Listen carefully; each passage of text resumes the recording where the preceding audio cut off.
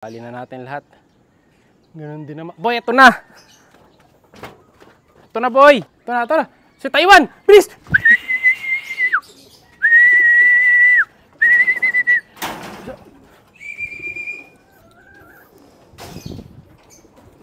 Sabi mo yung sticker.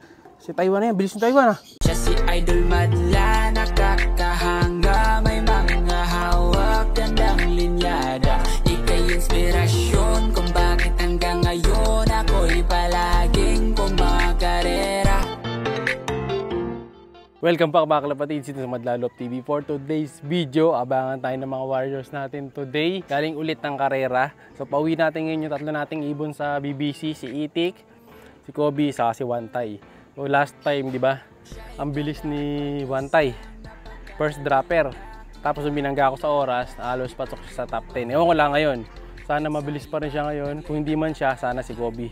Or si Itik. So tingnan natin kung maganda magiging pauwi nila. Ito pala yung forecast natin for today. Ayan. So medyo tumitingin-tingin na ako sa Gedli. Dahil anytime soon, parating na yung mga warriors natin. Time check, 8:08 AM. Ay, ito may isang lumilipad. May kumukurba. Hindi sa atin. Dumiretso.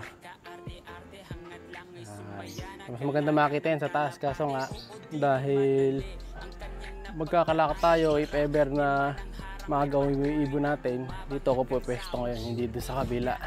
Madali naman makita dito eh. So dalawa kami magkakalak ni Madlato ngayon. And then sa Friday, loading naman nung kabilang mga ibon natin. Doon sa FTPC, first lap derby pala doon mga kalpatids.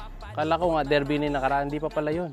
Ngayon pa lang pala yung derby. So ilang ibon ba yun? 5 ibon natin ang sasakay dyan. So bali nasa 500 pesos each ang magiging entryhan dyan. Sali na natin lahat. Ganun din naman. Boy, ito na! Ito na, boy! Jump!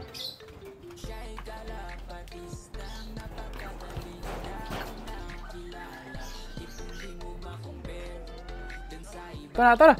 Si Taiwan! Bilis!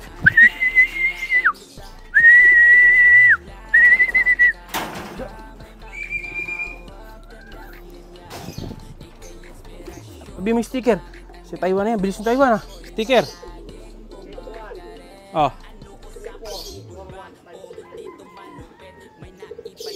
812-44156. 1267. Okay na. Okay, clock na isa natin ibon. 1267. 1263.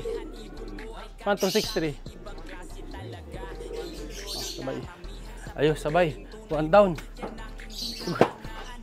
Sumasakay pa sa air. Nagulat ako. Nagbabalag ako pala sa ballfoot eh. So, last 2 birds pa. Mamaya natin. Tingnan mo nga boy, sa rank. Nandiyan yung cellphone ko. Kung papasok agad. Nag-clock na yata yung pinsan ko, si Harold. Ayan, congrats ka pala sa pinsan ko, si Harold Baluyot.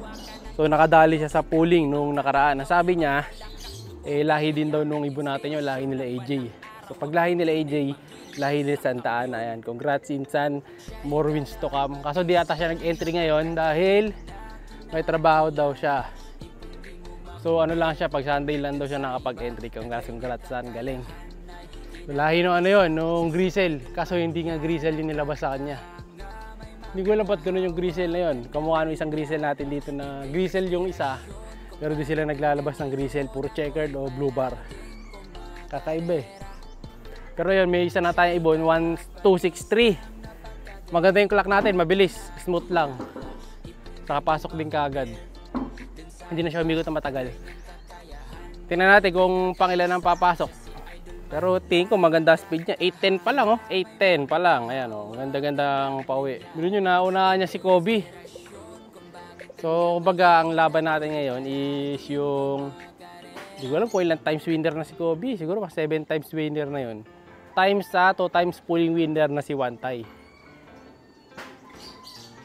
Wala pa, wala. Yun ang pagitan. Kahit si Itik, wala pa. Marami mabilis? Okay lang yan. Marami daw mabilis. Mataas ang speedan ngayon. So by cluster naman, tingnan natin kung sa cluster natin sasabi tayo. Kasi bali ngayon, last drop na tayo. Nakaraan, first drop tayo dahil south. Pag north, last drop naman. First drop, south. Last drop sa north. Kabilaan. Kaya kumbaga, pwede magkatid na yung mga ibon natin. Wala pa. Isa, di po nasundan ah. Check natin sa track kung pangilan yung inaabot nun. Pero wala masyadong dumadaan eh. Kasi nga, last drop. Pero pag first drop, mas maganda magkabang kasi nakikita natin yung mga ibon na dumadaan dito eh. Pag last drop, wala tayo nakikita mga birdies. Tingnan ko yung cellphone ko kung pangilan ang pasok natin. Kahit sa ano lang, sa cluster. Itik na mga kalapatids, itik. Ay si itik mga kalapatids. Second bird. Ayan o. So time check kay itik. 8:13 AM. So medyo malayo ang pagitan ni itik, di ba? Nasa 5 minutes. Pero maganda pa rin uwi niya. Naunahan pa niya si Gobi ah. Sa kanto. Ayan, patutulak na natin kay Madlato yan. Alam kasi pag ganyan, tulak na rin agad mga kalapatids. Ay, lumipad pa ata. Lumipad. Ito, nasa taas. Lumipad sa tok-tok. Okay, tutulak ko. Tulak natin to. Ayun, landing board na. Pinatay ko pa yung camera dahil lilipat sana tayo. Ganun sana ako, mabilis na mapasukin. Hindi pa tinutulak, pumasok na. Ganun lang. One bird to go. Akit na ako. Doon tayo sa taas magabang. Para makita natin pag-uwi ni Gobi. Pambihira mga kalapatids. Ito na pala si Gobi. Dumating na. Nalusutan ako, di ko nakita. Kompleto na ibon natin. Maaga na kompleto ngayon. Ayan. Pero pangatlo si Gobi, late siya. Ayan o, mga pares-pares na. Ito, bahay pala ito. Ba't na dito to? Nakakapares si Wantay. Tigisa sila ng kapares. Ayan. So, mabilis yung ibon natin. Kaso, kinapos ng konti. Ang daming mabilis. Puro 1-2 pala speed natang ibon. Ayan, yung akala mo mabilis na yung ibon mo. Meron pa palang mas mabilis. Ayan, buksan natin itong isa. Para kanya-kanya silang pares. Ayan, binuksan na natin yung isang butas. Pili sila ng ano dyan, pwesto. Sino ka pare si Gobi? Namimili pa ito pa isa, oh, nakikiago mga kapatids. Oh, ayan. Pili pa sila ng pares. Ngayon lang naman dahil arrival ngayon. Kaya ayan, kanya-kanya silang pwesto. Sa baba si Gobi, sa taas si Wantay. Ayan. Dalawang hen, dalawang kak. Kanya-kanya silang pares. Apat na lang din kasi sila dito, inalis na natin yung iba eh. Ayan, wala na si Pasa Boy, ginawa na natin breeder. Mamaya papakita ko sa inyo, pinarisan na nakagad natin yun. Kasi kondisyon naman din eh. May bago na siyang pair. Ay, di na natin, tanggalin na natin sticker nito. Bukas na lang, baka, maano ba, paswerte. Wala na rin kasing ano yan, kahit, di na natin alis. Wala na rin tayong kakalak dito, kompleto na sila dito. All goods. As of now, sa ranking, nasa ano tayo, top 20 lang. Hindi pinalad, pero check ulit kung pang ilan sa top 20. Kasi cluster B tayo eh, check ko ngayon. So, upon checking sa clocking, number 16 tayo sa cluster B. Pero sa overall, parang nasa top 50 naman tayo kasi nasa first page pa eh. Mamaya, pagka nag-final result na, ilalagay natin. Hindi pumasok sa top 10, 16 lang. Mabilis na, pero kita nyo, naunahan pa rin mga kalapatids. No, di naman talaga araw-araw din nananalo, di kailangan araw-araw eh Pasko. O minsan natatalo rin. So ito yung ibon natin na yun ha. Si Wantay. Pero maganda pinakita ng ibon natin. Nauna pa rin siya. Pero kaya pa niyang bumawi. So dito sa season na to, meron na siyang isang win. No? So kailangan ano lang siya. Chill lang. Ito ba yung nanalo nakaraan? Eh sa kabilang club pala yun. Si ano pala yun? Si Boy Tigas. Sa kabilang club pala, kung yung panalo natin doon, si Boy Tigas. Meron na siyang certificate. So, sulit yung ginawa na technique sa kanya. So, one-time pulling na si Boy Tigas na number 6. Halos pantay-pantay lang yung speed. Mabagal pa ako mag-clock. Kung nabili siguro, eh, baka nag-top 4 pa siya. Pero yung premyo, ganun din naman. Ang nagkakaiba na ng presyo kasi ng premyo, yung flap 1, 2, 3. Pero yung kadalasan 4 to 10 o kaya 5 to 10, 6 to 10. Halos pare-pareho na lang tagpa 500 pesos. Doon sa club na yung malaki yung premyo.